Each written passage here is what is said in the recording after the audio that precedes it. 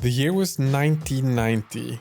Games Workshop, together with Milton Bradley, had had a full year of great success with their now legendary game, HeroQuest.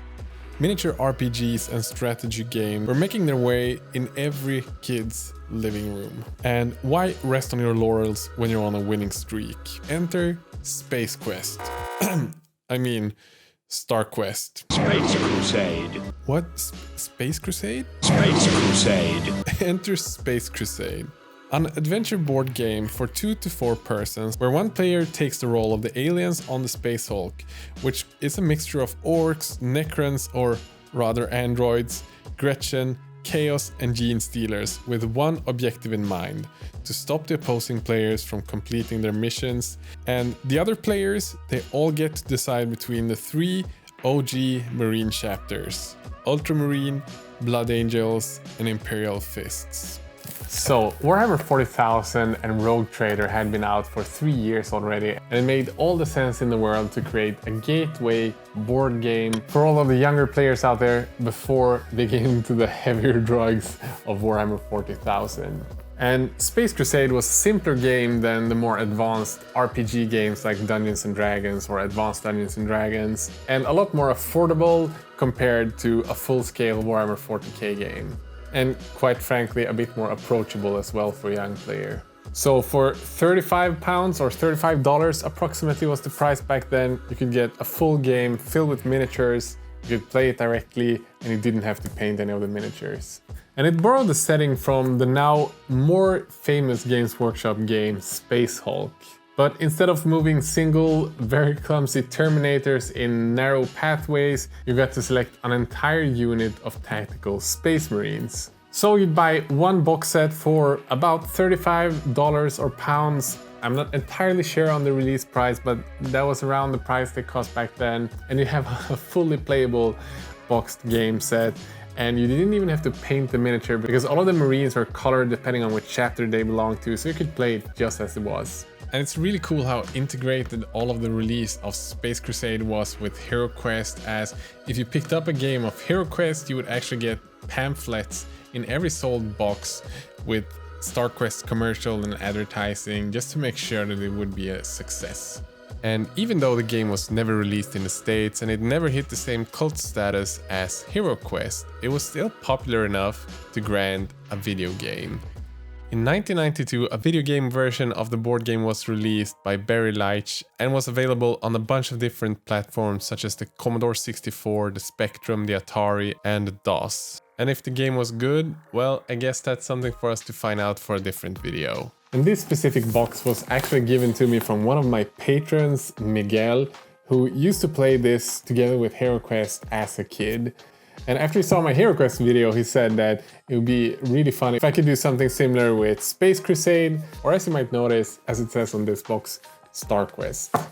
And in the UK it was released as Space Crusade, but in some of the Central European countries, Italy, Netherlands, Belgium, and Germany, it was called StarQuest. And that was quite simply just to connect it back to the HeroQuest game that already had become a giant success after 1 year of release. And you might not be able to see it on the box, but inside of this, I was also given the expansion sets, Elder Attack and Mission Dreadnought. I don't have the boxes for those, but all of the miniatures are in here. So let's check that out.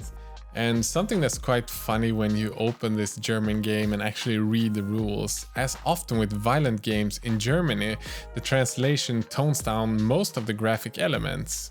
So the aliens are chaos robots instead of orcs and living creatures.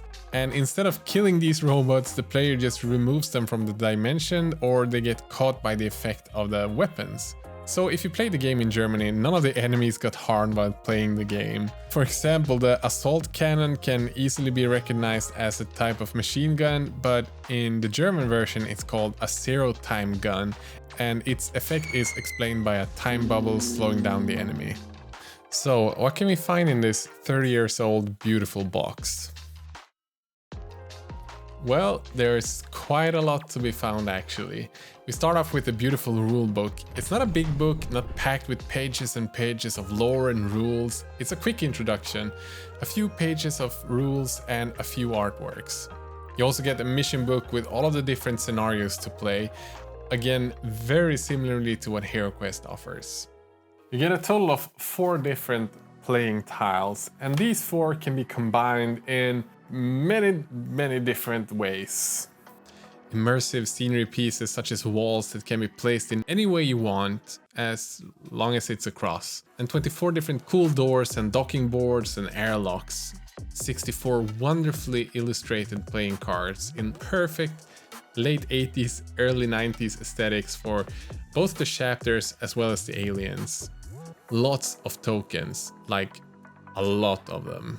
In just the base set there's 88 different tokens and bits. And most importantly, the miniatures. In the base set you get a quite hefty amount of miniatures. 15 Space Marines, 5 from each chapter.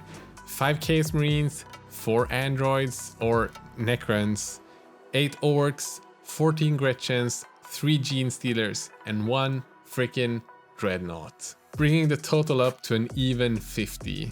But if you were lucky back then to get any of the expansions like Mission Dreadnought for example, you'd get another 6 Space Marines, 4 androids, 3 Tarantulas, and most importantly, another 2 Dreadnoughts. If you on the other hand got the very sought after Elder Attack, you got 1 Elder Exarch and 9 Elder Warriors.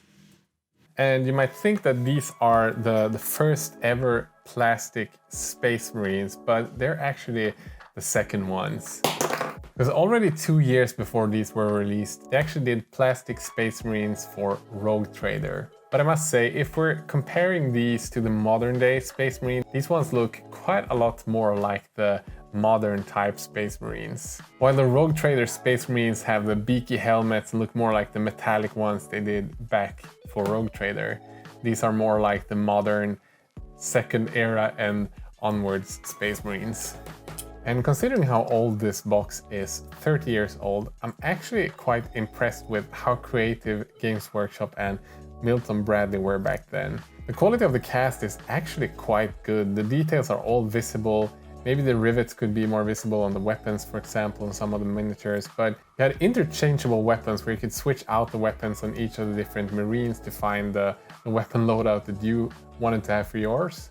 And the detail, I would say, is maybe even slightly better than HeroQuest. Maybe it's because the sculpts are a little bit more simple in the shapes, it's many sharp edges, but I feel like they're almost more detailed than the HeroQuest ones. And similarly to my HeroQuest project, I would love to just go through this box and paint everything up in a modern style. While I don't have time for it this week, I thought it would be fun to just paint up 1 or 2 of them and just do it in a modern, high painting standard, quite different from what was done back then.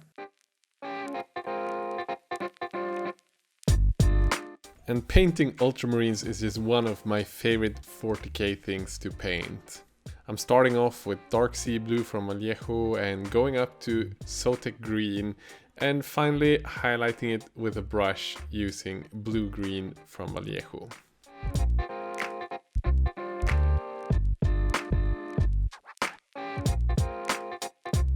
I'm also using my non-metallic metal gold recipe on some parts of the armor and the Aquila on the chest. And the gold just works so well in symbiosis with the blue tones of the armor.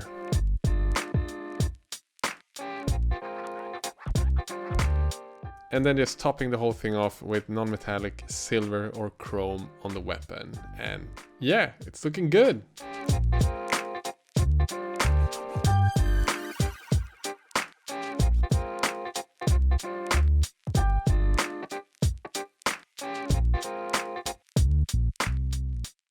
And in the end, I just love discovering these old historical pieces from the history of Warhammer and Games Workshop history. All of it gives me a better understanding of what we have today, and it just gives me so much respect of what Games Workshop were doing back then, already when the games were just an infant. And I must say, I've really been bitten by the retro bug, as you might know with my Space Orc videos. There is more Retro Hammer coming up. I will be painting up the Space Orcs for my Rogue Trader Space Orc army in just a week or so. So if you want to see that video, make sure that you're subscribed, and it will be just a week or so and you will get to enjoy that video as well. So if you're enjoying my videos and have done for a while, please consider doing like Manuel, who gave me this box. Go to my Patreon, maybe pledge a few dollars. That makes sure that I can run this channel and make videos every week. If you wonder about any of the stuff that I use when I paint my miniatures or record my videos, I have all of that listed on my website, squidmar.com. And under all of the products where I explain what they do, you have links to Amazon so you can pick up the stuff yourself. And if you follow those links, Amazon kicks a bit of money back to this channel as well, so it's a great way of supporting me. Massive shout out to all of my top Patreon supporters: Mark, Richard, Jonas, Brandon, Nicholas, Christopher, Jonah, and Guy. Seriously, you guys are crazy and I appreciate what you've done so much. And with that said, friends, have a great day.